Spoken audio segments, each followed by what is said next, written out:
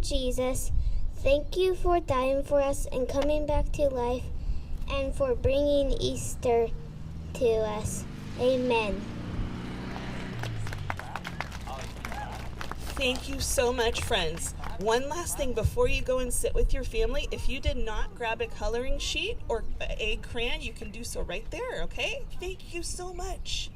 Okay, you can go stand up.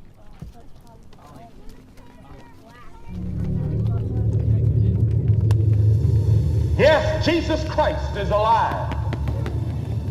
He rose from the dead, and that day, that Easter Sunday morning, that first Easter, when Mary and Mary Magdalene and Salome went to the grave expecting to anoint a dead body, they saw the angel sitting there. And they said, "Where is Jesus?" The angel said, "He is not here, he is risen." I submit to you tonight that that's the greatest news the world has ever heard. He is not here. He has conquered the grave. He's alive.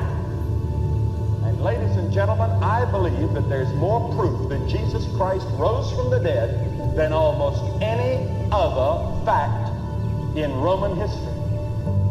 I don't believe there's a fact in ancient history today so well proven as the resurrection of Jesus Christ. But even if there was no proof, no historical proof, no scientific proof, and there is, I would still believe it, because I believe this book is God's inspired word. And the whole early church went up and down the country preaching the resurrection of Jesus Christ. That was the thing that shook the Roman Empire. That a man had risen from the dead, that he was alive, that death could not hold him. Christ is alive. He's a living Savior.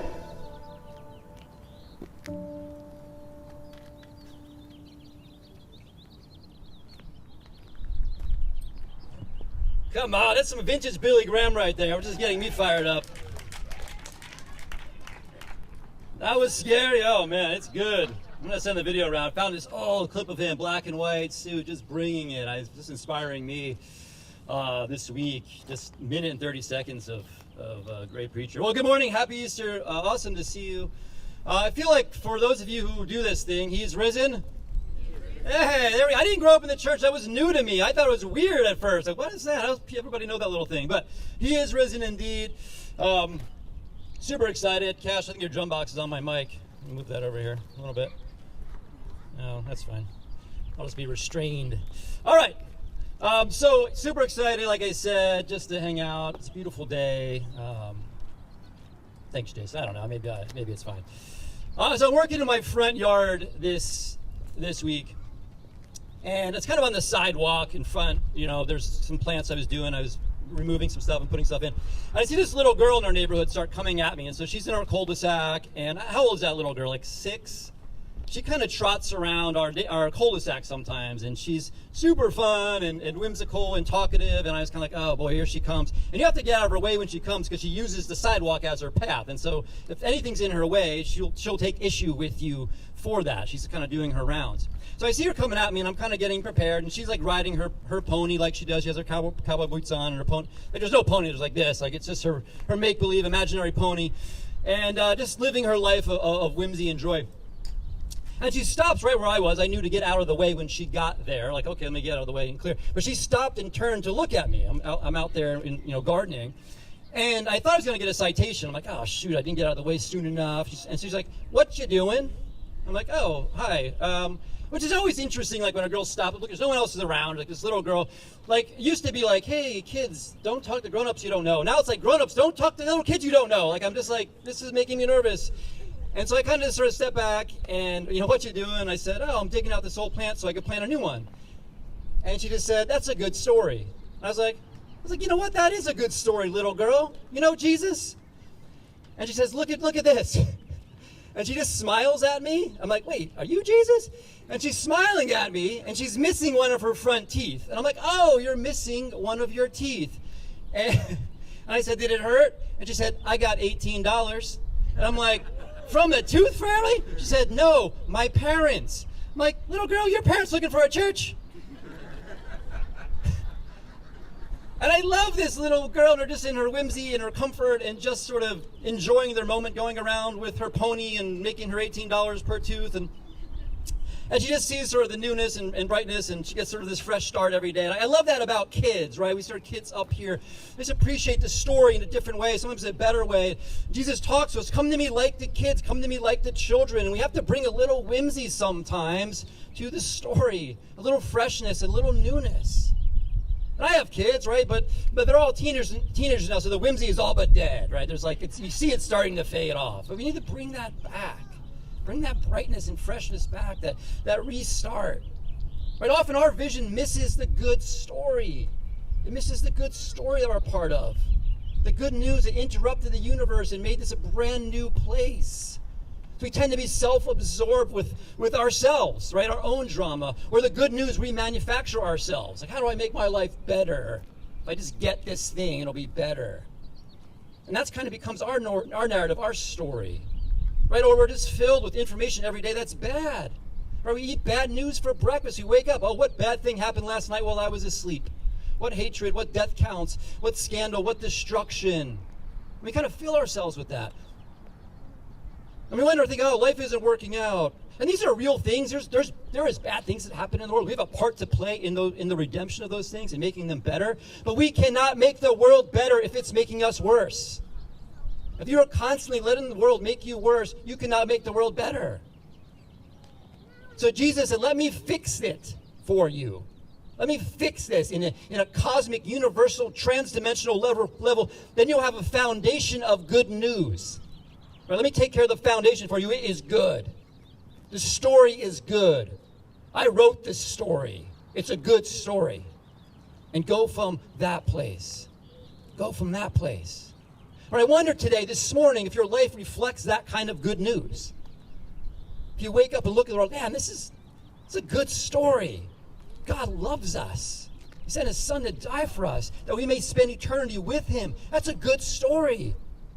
That's the foundation. That is the reality. That's the story. You know whose life's looking pretty good? It's like good news these days? That little girl. That little girl on her pony, making bank off her teeth. Her reality isn't grounded in negativity. It's not grounded in bad things. She wakes up just with a fresh start every day. This is bright, brings her imagination to the table. And I think the more good she looks for, the more she'll see. So we need to ground ourselves in the extraordinary light of the resurrection, not just today, but every day. That's what it was there for. So let me give you something good. No matter what you see out here, this trumps that. This is a better story. This is a bigger story. This is the winning story, that love wins. This is Jesus' story. So this morning, in the text, we're going to follow a couple guys struggling with their hope, with their faith. They're struggling to believe. Maybe you're like that this morning. And maybe these guys are even a little unwilling to. Maybe that's you. Just unwilling to. And the setup is, and Lindsay read this morning, Mary and some of the women were going to the tomb of Jesus with spices to try to freshen up his body. Because after a day or two, it would begin to smell, and they didn't want that to happen to their Lord. So they were going to the tomb to hopefully get a hold of him and spice him up a little bit. And during that time, they encountered Jesus, or Mary encountered Jesus in a very special, intimate way. She did not recognize him at first, but he said, Mary, and she recognized him. And they went back, and we'll pick up in Luke 24. When they came back to the tomb, they told all these things to the 11 and to all the others, right? So the 11 disciples and other followers of Jesus were kind of like hidden out in a room, and they were nervous and afraid and feeling hopeless and scared. And it was Mary Magdalene, Joanna, Mary the mother of James, and others with them who told the apostles that they had seen the Lord, that Jesus was alive. But they did not believe the women because their words seemed like nonsense.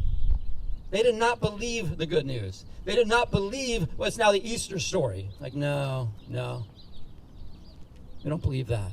And the good news sounded like nonsense in the language idle tales. It was really a medical word, a medical phrase, that if someone was like suffering of a fever, they would just start babbling on strange things. And so the writer communicates it that way, like, they're just babbling on. It's nonsense. The disciples, the apostles, didn't get it. And they're trying to explain, hey, Jesus is alive. This is people who were up close and personal to Jesus. They knew the story. So if you ever feel like the story's a little bit nonsense, a little bit hard to believe, guess what? You're in good company. Those who were closest to Jesus had a hard time believing the story. They thought it was nonsense. Peter, however, got up and ran to the tomb. Bending over, he saw the strips of linen lying by themselves, and he went away wondering himself what had happened. And we know from John's account that he was there as well.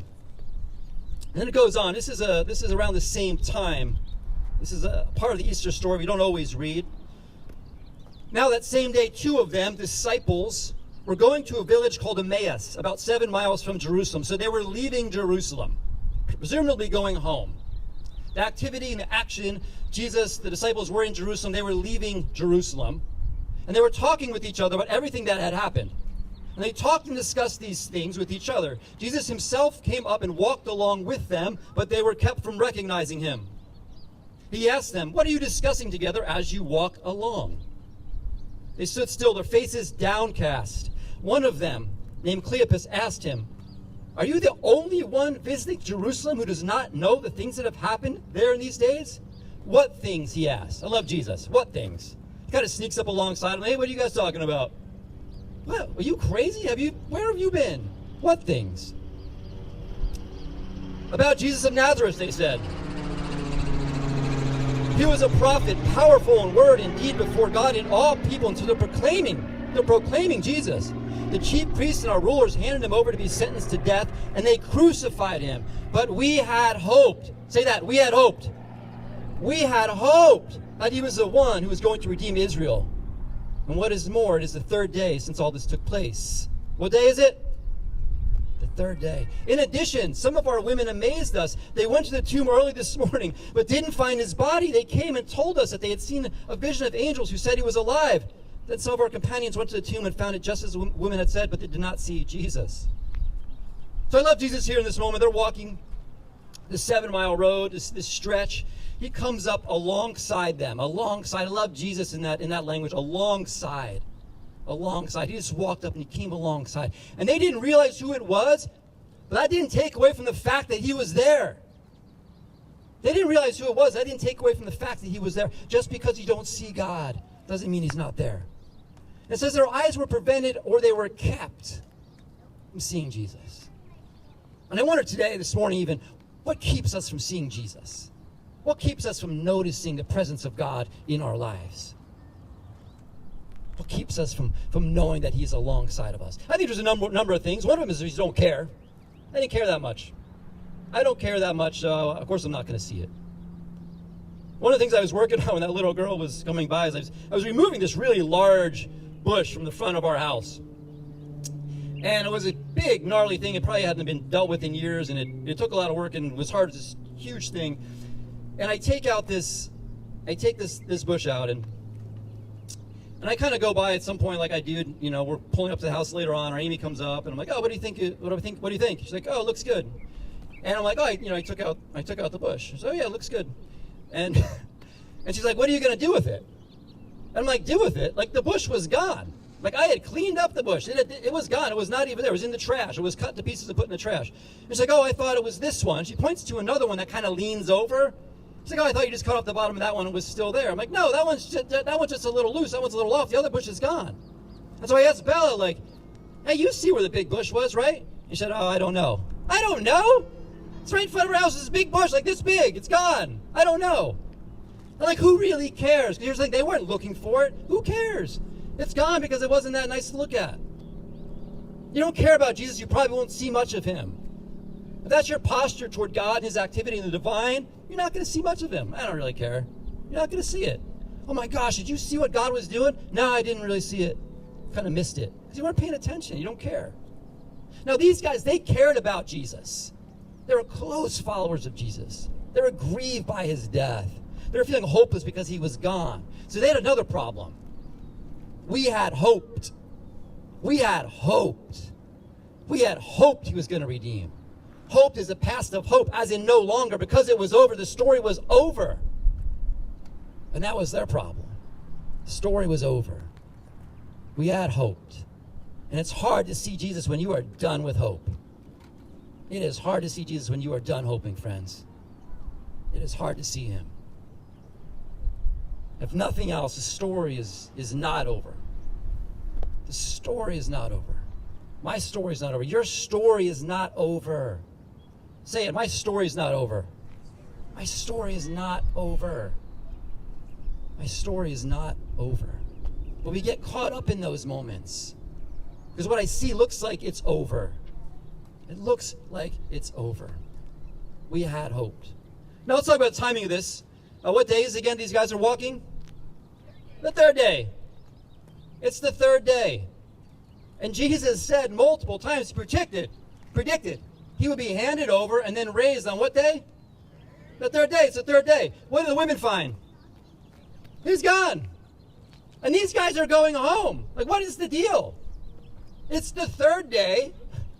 There's been some signs that look like maybe he did do it. Jesus talked about it. And they're like, oh, we had hoped, but he's dead. We had hoped.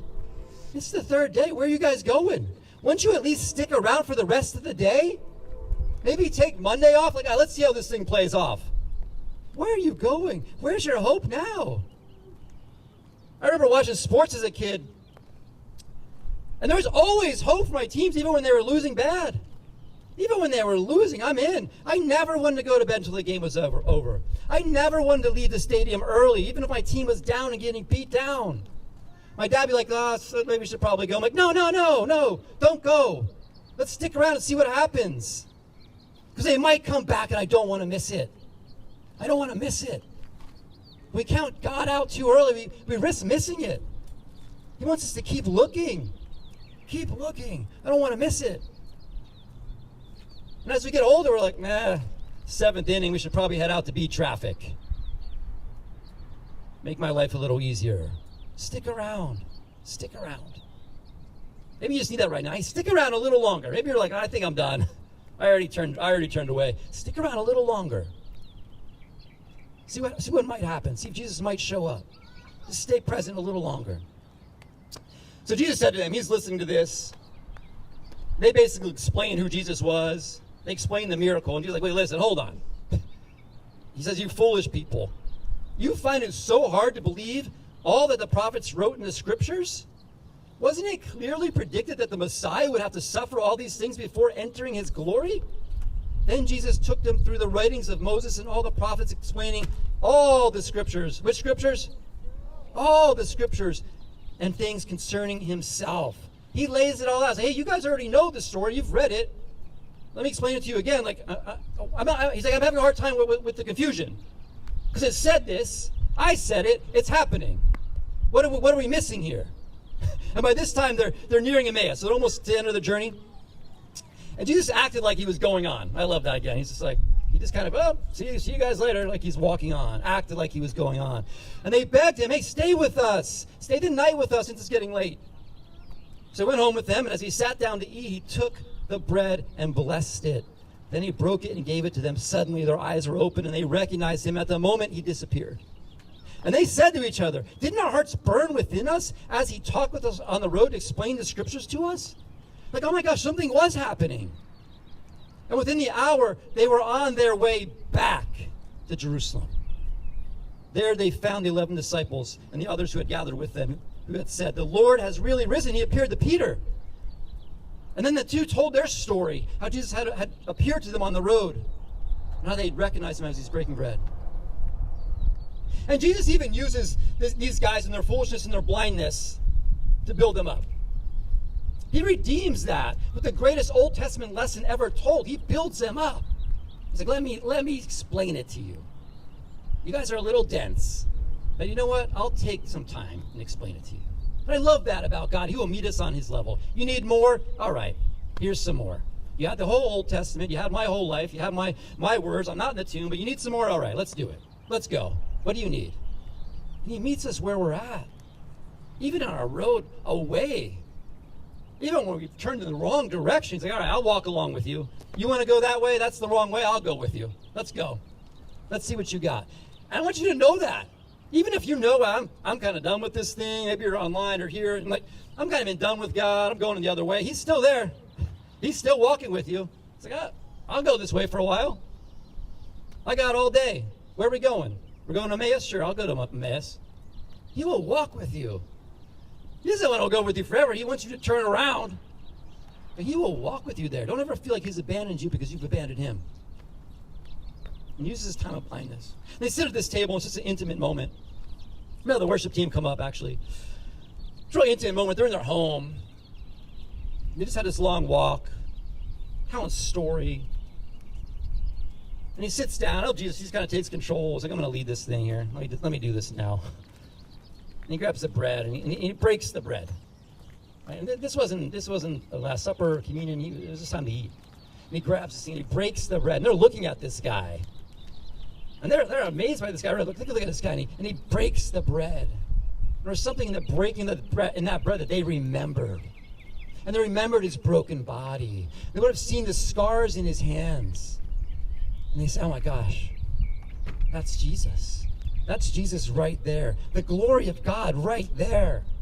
And glory never looks like glory when it's coming. But there it is. It's right there. He had been with us the whole time. Then it says they went back. They turned back. They were leaving. Now they're going back. Maybe you're at that turning point this morning. It's just time to turn around. It's turnaround time. It is turnaround time in your life. It's time to receive the gift of life in all its fullness. It's turnaround time. You've been walking in your own direction for too long. And it's awesome because Jesus has been with you. God is with you. He's patient with you, but it's turnaround time now. It is turnaround time. And this gospel, it has to be received. It is never achieved. It is received. And as that turnaround, they receive that now. We receive the good news. They were traveling away from the good news. And maybe they would have went back to good works. They turned around. We're going back. We're going back for the good news. And God's discovery, friends, is not a work of our sight. It's always a work of his grace. It's always a work of his grace. So I'm going to pray for that grace this morning. Pray for that grace over each of us this morning. I pray for you who have been traveling in the wrong direction. Like, yeah, it's me. I left a long time ago, and I'm fine. You're not fine. You're not fine. I pray Jesus would reveal himself to you. I pray he would show himself to you. He would break bread with you. And you would know it's time to go home. It's time to go back. So God, we thank you for your story, for your grace and patience with us. I lift those up right now. They know it's turnaround time in your life. It's turnaround time. You walked with Jesus once. You were passionate about him once. You believed this story once, and you're 7 miles away.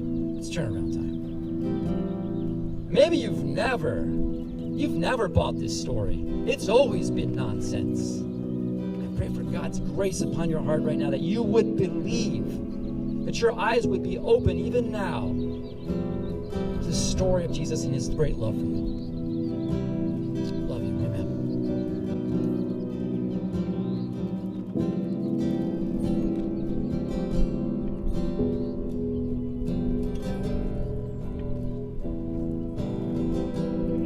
Would you guys stand as we continue in time of worship through music?